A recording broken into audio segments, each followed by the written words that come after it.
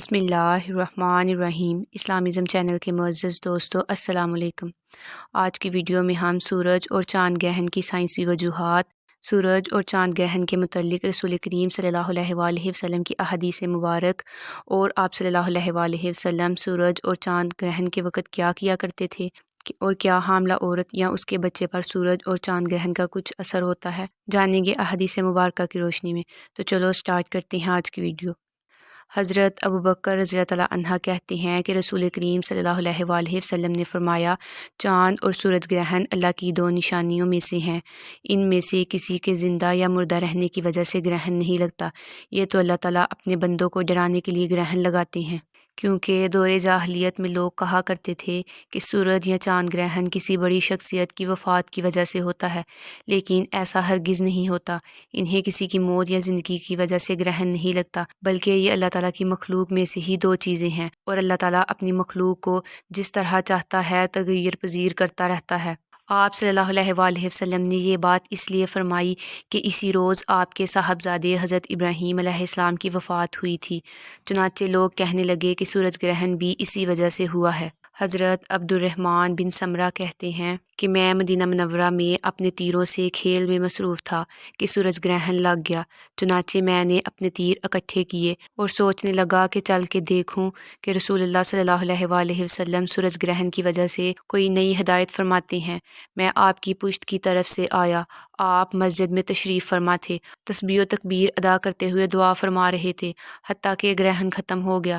پھر آپ کھڑے ہوئے اور 4 سجدوں کے ساتھ 2 رکعت نماز ادا کی۔ سورج گرہن تب ہوتا ہے جب چاند حرکت کرتا ہوا زمین اور سورج کے درمیان میں آ جاتا ہے، اس طرح سورج سے آنے والی روشنی زمین تک نہیں پہنچ پاتی، تو اسے ہم سورج گرہن بولتے ہیں۔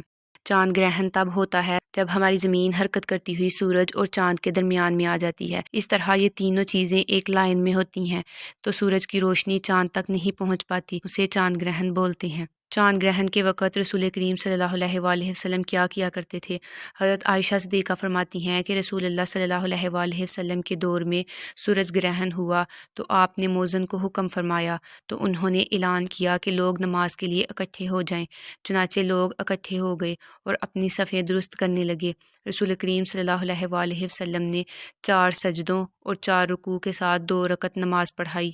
پہلے رسول اللہ صلی اللہ علیہ وآلہ وسلم نے طویل قرات کی، پھر تکبیر کہہ کر کافی لمبا رکوع کیا، پھر رکوع سے سر اٹھایا اور سمیع اللہ لمن حمدہ ربنا لک الحمد کہا۔ اس کے بعد کھڑے ہوئے اور طویل قرات کی، لیکن یہ پہلی قرات سے نسبتاً کم تھی۔ پھر تکبیر کہہ کر رکوع میں چلے گئے اور طویل رکوع کیا، یہ رکوع بھی پہلے رکوع کی نسبت کم تھا۔ پھر سمیع اللہ لمن حمدہ ربنا لک الحمد کہہ کر سجدہ کیا۔ اس کے بعد دوسری رکعت میں بھی اسی طرح کیا، چنانچہ 4 سجدے ادا کیے۔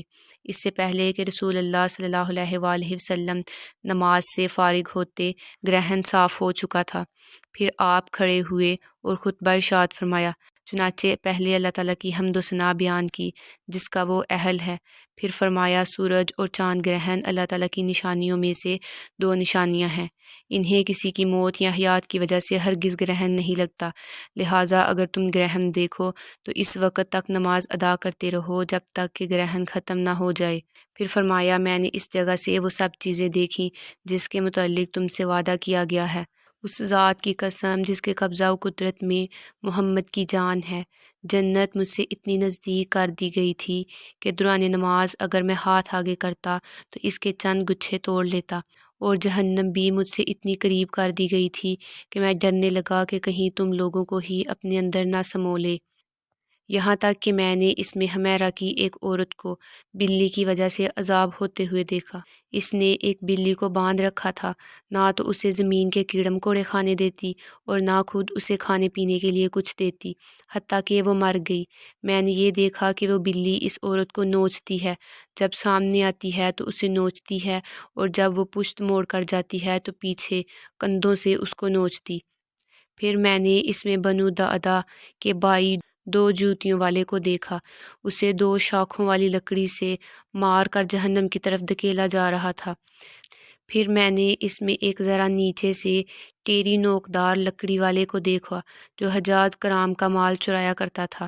وہ لکڑی پر ٹیک لگائے ہوئے تھا اور پکار رہا تھا کہ میں لکڑی کا چور ہوں۔ اس حدیث میں سب سے پہلے جنت و جہنم کے دکھائے جانے اور اس کے قریب آ جانے کا ذکر ہے۔ اس کے علاوہ ایک عورت کو بلی کی وجہ سے عذاب دیے جانے کا ذکر ہے۔ اس نے بلی کو پالنے کی نیت سے باندھا۔ اس کے بعد وہ نہ تو اسے خود کچھ کھانے کو دیتی اور نہ ہی اسے کھول دیتی کہ وہ خود ہی گری بڑی چیزوں میں سے اپنی خوراک تلاش کر لیتی۔ اس وجہ سے اس کو اتنی سخت سزا دی جا رہی تھی۔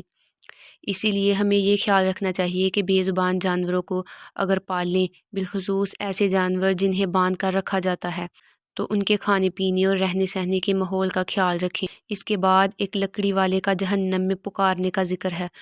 علماء کرام نے فرمایا کہ لکڑی کا چور سے یہ مراد ہے کہ اس نے نیچے لکڑی کے کونے میں کوئی نوکدار چیز لگا رکھی تھی یا لکڑی کو ذرا خمدار کیا ہوا تھا۔ وہ حجاج کے قریب سے گزرتے ہوئے اپنی لکڑی کو ان کے سامان میں اٹکا دیتا۔ اگر حجاج دیکھ لیتے تو کہتا کہ یہ تو غلطی سے لکڑی میں پھنس گیا ہے، ورنہ سامان لے کر رفو چکر ہو جاتا۔ آپ صلی اللہ علیہ وآلہ وسلم نے فرمایا کہ میں نے جہنم میں عورتوں کی اکثریت دیکھی ہے۔ لوگوں نے دریافت کیا یا رسول اللہ کیوں؟ آپ نے فرمایا ان کی ناشکری کی عادت کی وجہ سے۔ لوگوں نے عرض کی اللہ کے ساتھ؟ فرمایا خاوند کے ساتھ ناشکری کرتی ہیں اور اس کا احسان نہیں مانتی۔